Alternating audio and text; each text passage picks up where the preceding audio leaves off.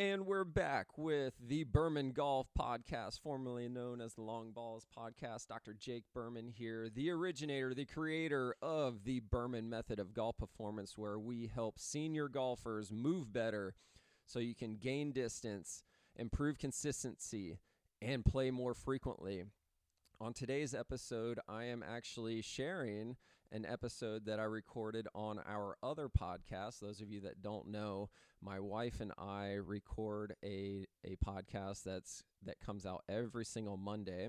It's called the Berman Method Podcast, and it's where we talk about health things, and we talk about, she's in the health and wellness space, so she specializes in gut health, autoimmune disorders, weight loss, and essentially gut healing. And then my other business is physical therapy. So we talk about back pain, knee pain, shoulder pain, MRIs, x-rays, treating problems versus treating symptoms. And we bicker and go back and forth, and people really enjoy it. We're close to 200 episodes on that, the Berman Method Podcast. But this recent one I recorded on that podcast was about back pain, specifically one of my clients that I'm working with in the golf room who's doing very, very well. But we've gotten to this point to where we're limited by his back. And I don't want to say too much here because I'll just cut over to the actual episode. I do want you to listen to it, though, because here's the important thing to take away from this is whether you got back pain, knee pain, shoulder pain, or just a simple flexibility limitation, you're going to deal with it until you can't deal with it any longer. And that day will come. It's always going to come. Father Time never stops ticking away. Gravity never stops pulling. If you're dealing with back pain, knee pain, shoulder pain, and you're just popping pain pills to get through a round, or you're doing stretches, you're using ice, you're going to the 19th and getting a drink so you can finish a round, that will work until it doesn't work anymore. And you do not want that to be the limiting factor. So make sure you listen to this whole thing, because there are some really good nuggets into this one. This is for all of you that are having a mobility limitation, whether it's pain or just simply flexibility. If you're limited in some way, shape, or form, you're going to want to listen to this episode. This is the Berman Method Podcast featuring Dr. Jake Berman and physician assistant Jenny Berman. We are here to treat problems and not symptoms.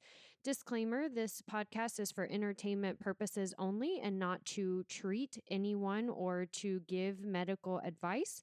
If you are interested in any information that we are giving and would like to use this for yourself, we recommend that you contact your primary care physician or reach out to us and ask us questions about yourself specifically.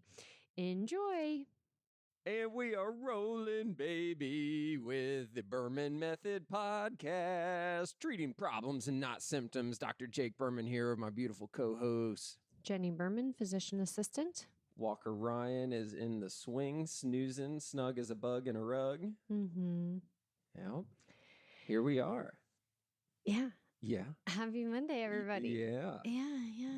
You should have heard the mic check I did before I pressed record. Jenny said, you should have recorded that mic check. Yeah, it was lovely. Actually, the whole time you were doing it, I was thinking, what is going through his head right now?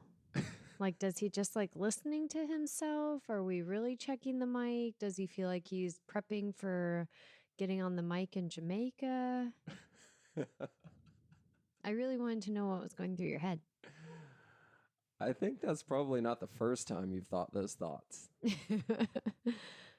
Touche. Touche. Well, here we are. We are back for another exciting episode of the Berman Method Podcast, focusing on treating problems and not symptoms, and essentially doing everything the exact opposite way that big pharma and your health insurance companies do it, because they are focused on treating symptoms, not your problem. They're focused on client retention, not curation. And remember, we can't say this enough. One patient cured is a customer lost. Think about that. When it comes to big pharma. When it comes to big pharma. Yes, absolutely.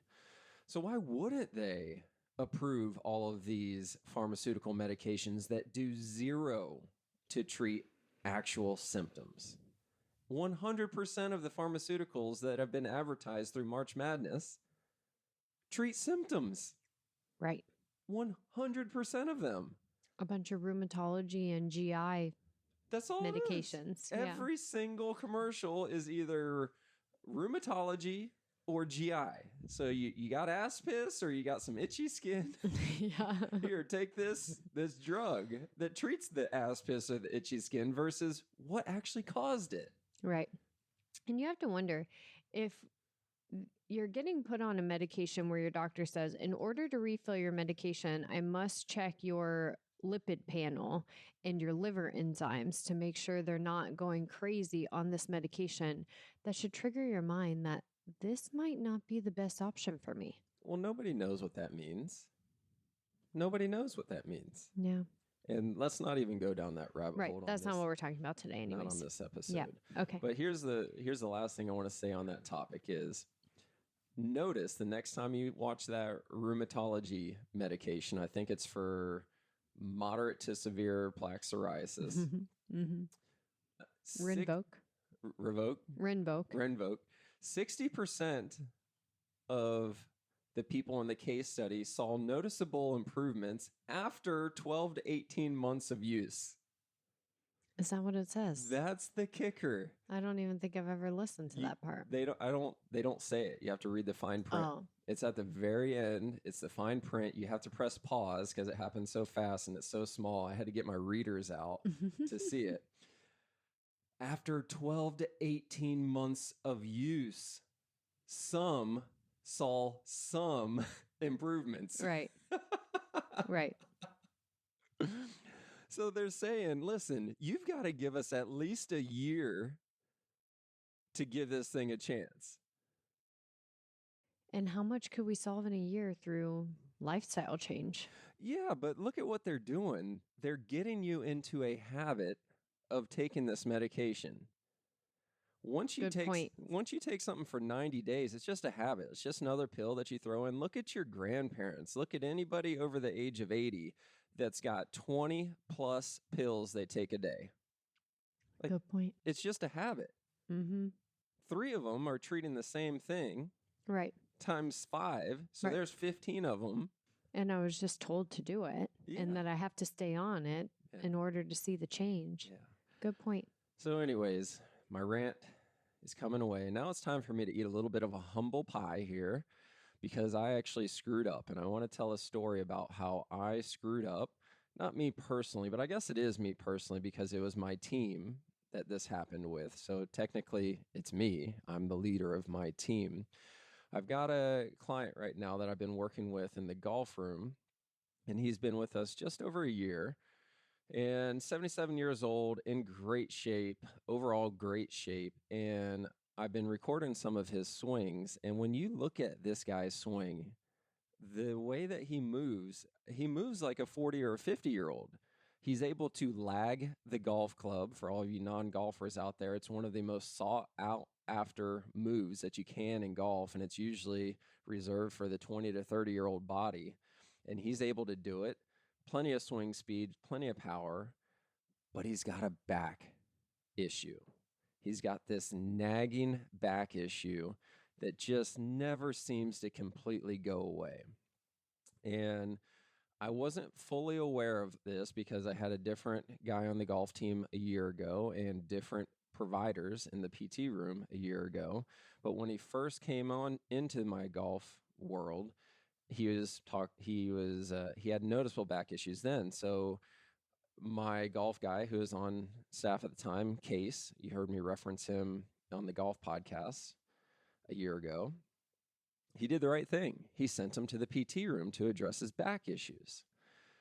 So here's where things went not as good as they could have gone. Actually, not even close to as good as they could have gone. A year ago, I was in a position where I needed to hire a traveling physical therapist.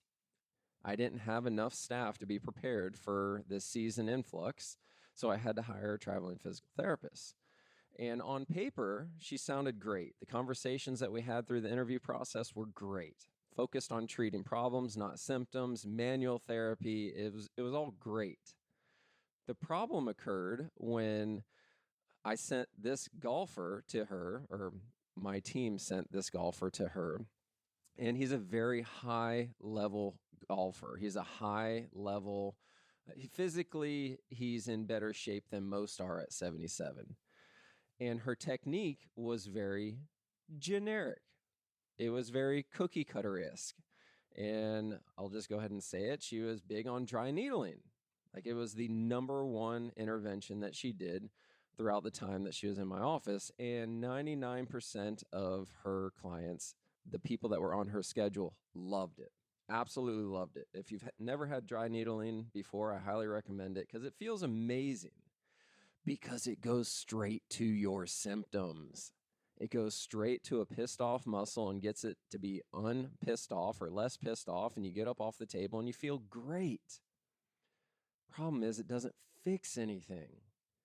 You have to activate the right muscles at the right time afterwards to make sure that that pissed off muscle doesn't get pissed off again. So here we are. We got this high level golfer who is being treated for back pain, but we never really truly addressed the problem causing the symptoms. Every single time he saw my traveling PT that was on my staff, she's just treating his symptoms. So I say all that to fast forward to this past weekend. This past weekend, I take him out for a 9-hole lesson, so a playing lesson whenever we're done, or whenever we're trying to translate what we're learning inside my office in the simulator room. We take it outside and we'll play 9 holes, and it's more of a teaching lesson to try to translate it. And it was almost a complete waste of time because his back was just killing him the whole entire time. What was happening with his back? Like, what were you having to do? Well, before I get into those weeds, let me tell you what his symptoms were. Okay. It was a sharp, stabby, spasmy type symptom, and he could not get through the golf ball. So the backswing was doing okay, but the problem was he could not finish the swing. So he was either leaving everything out to the left or yanking everything to the right, and because he's a left-handed golfer. So it just wasn't allowing him to finish the swing. So what I was doing was, he had pelvic instability. This is 99.9% of the time why any aging person, period, has non-traumatic back pain. It's because of pelvic instability. So before every single swing, I had to say, fix your pelvis. Okay, now keep your core engaged, address the golf ball, keep the core engaged. But now what we did was we added 3 or 4 or 5 more thoughts during the golf swing, which is, any golfers out there listening to this, that's horrible. Mm-hmm. 1, maybe 2 thoughts during the golf swing, not 10 or 15. The point that I wanted to get to here is that this is something that had just been trickling along for the past year, and we never truly addressed the problem causing the symptoms, which is, I'm 99% certain that we've got an asymmetry in muscle strength and or endurance in one of his hips compared to the other side. And that's what's causing the pelvic instability and essentially his back spasming up and not being able to finish the golf swing. Okay. Yes, I'm with you. So it's symptomatic. Yeah. It's been a nagging issue. Yes. Now here's the icing on the cake. There's a lot of people who have back pain, knee pain, shoulder pain that will live with it for years. They'll do stretches, they'll use ice or heat, or they'll take pain pills, or they'll rest it. Or they'll go to physical therapy. Or they'll go to physical therapy because their doctor told them. Treating symptoms. And say, well, I tried physical therapy and it didn't work. Mm-hmm. And then it gets to a point to where it's Or it's fine, it's fine, it's fine. I can live with it. I can do everything that I want to do more or less. I just have to be smart. I can't golf as much as I want to because I do have to rest. I can't exercise as much as I want to. I can't do this. I can't do that. But I can do most of everything I want to do. Or I can do it and just take some Advil and I'm all right. Exactly. Until you can't. Until you can't. Right. So there will be a point to where it's not going to work anymore. There's going to be a point to where the wheels fall off and it's like, what the F? I can't do it anymore. It's not working anymore. Mm-hmm. And this is the important part to note, is that that day will come. 100% of the time, it will come. So what we have to do is we got to make sure that we are trying to focus on the right things, meaning that pain is a signal. Pain is that little dashboard or that light on your dashboard of your car saying, there's something going on here. You might want to check it out. Right. The check engine light. The check engine light just came on. It might be nothing. Let's just drive it for another 10,000 miles. Then we'll figure it out. Yeah. Or not. And no, but if we think about it, when the check engine light comes on the car, we don't do that, right? We take it to the shop and say, what's causing this check engine light? Let's fix this problem because I can't drive it another 10,000 miles with the check engine light on. But when it comes to our body, we feel pain. We're like, it's fine. I'm just going to take a little Advil, fix the symptom. Or better yet, I had a client just recently with this tennis elbow or golfer's elbow. And she's like, my doctor gave me some prednisone. I'll probably just take that and see if that helps. And I said, or we can not take the prednisone that's going to spike your blood sugar and fix the actual problem. But the problem is she didn't know that there was a better option to taking the medication. So the point of what I'm saying is that pain response is your check engine light. We should be treating it like a car where we say, okay, let's fix this problem. Let's figure out what's causing the problem. Let's fix the problem. Your body is your car. It is your vessel. You only get one of them. So when that pain response happens, think about it like your check engine light and let's figure it out. I love that this is the analogy that we're using right now because my check engine light has been on for 3 years. On your body or your car? On my truck. Your truck. On my truck. The check engine light has been on for 3 years. But I did get it checked, and I do know what the problem is. I just haven't fixed it yet. It's the O2 sensor and the gas cap. Forgive me, mechanics out there, if I'm saying that wrong. But it's just a sensor. There's nothing wrong with the vehicle, and it would require me giving my vehicle to Chevrolet for at least a day. And when is that ever convenient in our lives? Right. It's just not. So guess what I did with my check engine light?